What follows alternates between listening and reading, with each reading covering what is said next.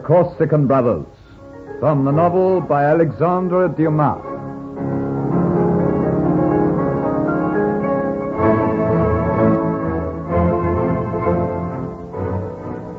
In the gracious living room in the fort-like house belonging to the de Franches, Pierre Godet faces Lucien de Franches' mother. The atmosphere is tense, almost as though a great storm is about to wreak its fury. Madame in black velvet stands by the fire, the firelight throwing shadows across her proud face and her dark, smoldering eyes. Pierre Godet has discovered her secret, and like a hunted animal, she is on the defensive. My friend Louis Prevost has the other half of that sword. Why did you come here? Why didn't you leave us alone? We've never done you any harm. Go away, monsieur. Go away before it is too late. Too late? Madame, there is some dreadful secret. Something that concerns my friend. I demand the truth. It would have been better if I had refused you my hospitality. Perhaps it would have given the village something to talk about, but anything would be preferable to this. To what, Mother? Oh. Why, what's the matter? Nothing. We were talking about the hospitality of the Corsicans. Is not so, monsieur? Yes. Yes, madame, yes. Stand near the fire, Monsieur Godet. It's getting very cold. Thank you. I was telling madame how much I admire this room. Oh, Mother calls it the only civilized room in the house. Or in the village. Our family was once a great one in Corsica, monsieur. If you follow the backbone of these mountains for a mile along the ridges, you will come across our Monte Rotondo. It is almost a ruin now, but it was built 4 centuries ago by our ancestors, the finest castle of its time. And you continue to carry on with its traditions? Well, a few relics gathered here are the only possessions left to us which have any value. And my mother insists that they all go into the one room to make a show. Well, Monsieur de Franchi, it is indeed a show. I was telling your mother how interested I was in these firearms on the wall. Especially this broken half of a very fine sword. After dinner, monsieur, we can talk together. I will tell you everything. But now some wine, Lucien, for the gentleman. And for you, Mother. Do you know, Mother, I've never seen you look so pale as you do tonight. That was a bad turn you had earlier. I am better now, my son. Pour wine for Monsieur Godet and draw up your chairs to the fire. Yes. We offer you our own Corsican wine, monsieur. Perhaps it is a vintage which hasn't the bouquet of your French wines, but Europeans generally praise it. For you, monsieur. Thank you. The bouquet is excellent, madame. I could be in Paris at this very moment. An exquisite glass, a good vintage, a very comfortable room, and company which takes me back to a certain house on the Rue Garbelais. I could almost be there at this moment. Almost at this moment.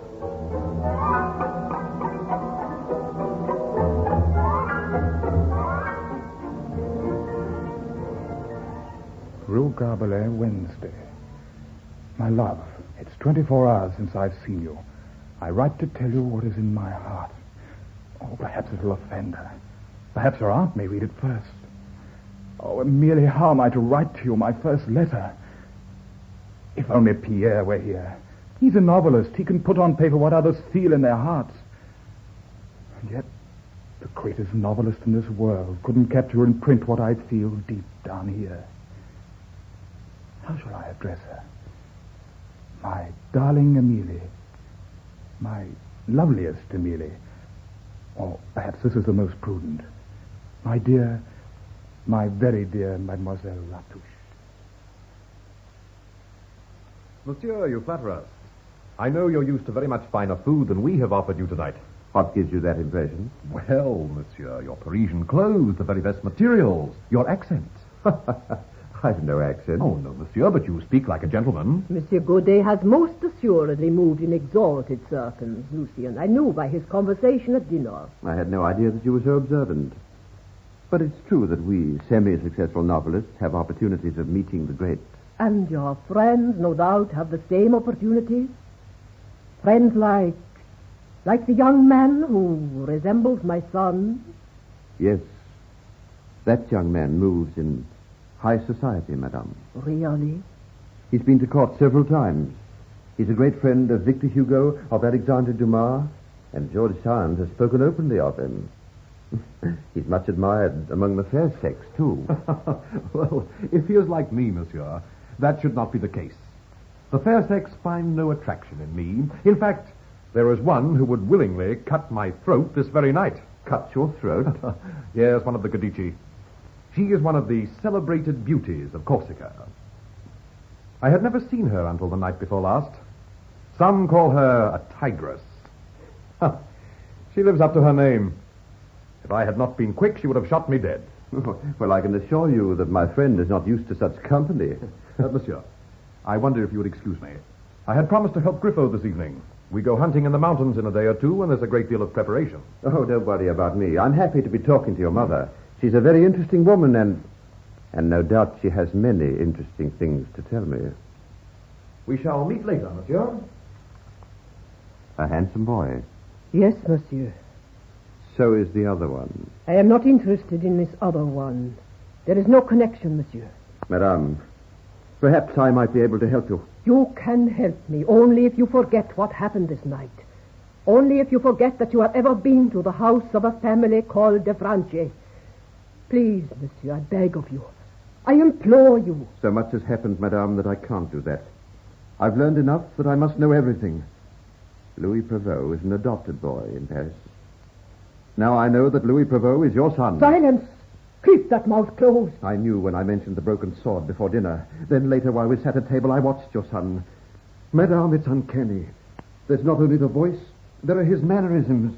The quick movement of his right hand when he sweeps it across his hair. The way he laughs, throwing his head back and tilting his chin. I felt my hair almost standing on end when I watched him, madame. He is Louis Prevost's twin brother. There was only one son born. He's Louis Prevost's brother. Oh, Monsieur Godet, why did you ever come to Corsica? You have trapped me now. There were only two people who knew my secret. Myself and Pepita. You know by now that the de Franchi family have been engaged in a feud with the Medici. A vendetta which has lasted throughout 200 years. An incredible time, madame. This is an island of feuds. It seems to be in the Corsican blood. I will not bore you with the details which concern the beginning of this feud, but I will go back to the time when Lucien and Louis were born. Then they are twins. Yes, monsieur. Twin brothers, separated at birth. They lay side by side as one. Great heavens. The doctor was forced to perform an operation. That is why, monsieur, these two boys, even though the Mediterranean Sea divides them, still live almost as one person. They are twins not only of the body, but of the mind, perhaps of the soul. So, I wonder. Good heavens, madame. Perhaps that might explain the strange moods which beset Louis. Moods? Louis has these moods, too. Yes, often. Sometimes at the gayest soiree in Paris, Louis will suddenly turn to me and say, I'm in a black mood. I must go home. A black mood. The very word that Lucien uses. But to continue. After the two boys were born, I kept it secret. We feared that the operation which was performed might not be a success. The countryside knew that there had been a birth, but only two were in the secret. The doctor and the nurse from France, a woman highly skilled. When the doctor pronounced that the operation had been a great success and that the two children were healthy boys, we made preparations to announce that twins instead of one boy had been born to the de Franchi. But why did you separate the boys? Why is Louis Prevost living in Paris, adopted, moving in the highest circles there, when he should be here with you? It was his father's doing and my wish. We were to hold a festival in our home. It was part of the ruin we spoke of earlier, higher up in the mountains. The night before the festival, we were so busy. My husband, myself, and 5 other members of the family had come to stay with us, who would join in the rejoicings next day when the news was made public that twins were born. But how were we to know that the Gadici had heard that all the Franci would be gathered under one roof? The Gadici did not know of the twins, but they knew that one child had been born, and so they chose this night to surround the castle and wipe the Franci family out of existence with one master stroke. Unbelievable. When we heard the commotion in the courtyard, when we saw that there were 18 armed men who had taken us unawares, my husband thought we were doomed. But even at the worst of times, there is always hope. He had just fought in my own boudoir with one of the Gadici. He had broken his sword in two, but with his dagger he had finished the Gadici off. I had slammed the great oak door and barred it and rushed over to my babies, where the nurse, Tipita, crouched shivering with fright. With the thundering and hammering on the door, rending our ears, my husband came over to us. I shall never forget his last words. Adelia, it seems that there is no hope. They've murdered all except you and I and the babies. Already they're hammering at the door. There's only one chance. Now listen, every second counts. The secret cupboard.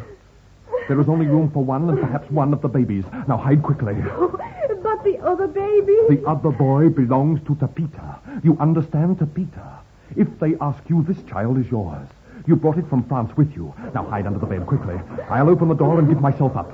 I'll lead them away from the room. If you're challenged later, you are to say that this is your child. And so, my husband went to the door, uncoupled the great bolts and the bars, and gave himself up to his enemies. When they asked for me, he told them I was in a room along the hall. And so he led them away. And you, of course, escaped. Yes, both Tipita and I and the babies. In desperation, we took with us 2 pieces of a broken sword, a forlorn hope that might bring protection against bandits. It was in this horrible chaos of blood and vengeance that I made my decision. We were the only 3 left on Corsica, the only 3 de Franci alive. The Gadici were determined to wipe us out. I was equally determined that the Franci would live on. So I bribed Peter with my jewels to take the other son to France, to change his name, so that he would never fall to the Gadici knife or to the Gadici bullet. I have never seen Tipita, nor have I heard about my son from that day to this. This is incredible. Lucien! Monsieur, you may never forgive me for what I've done, Mother. But I've heard every word you've said.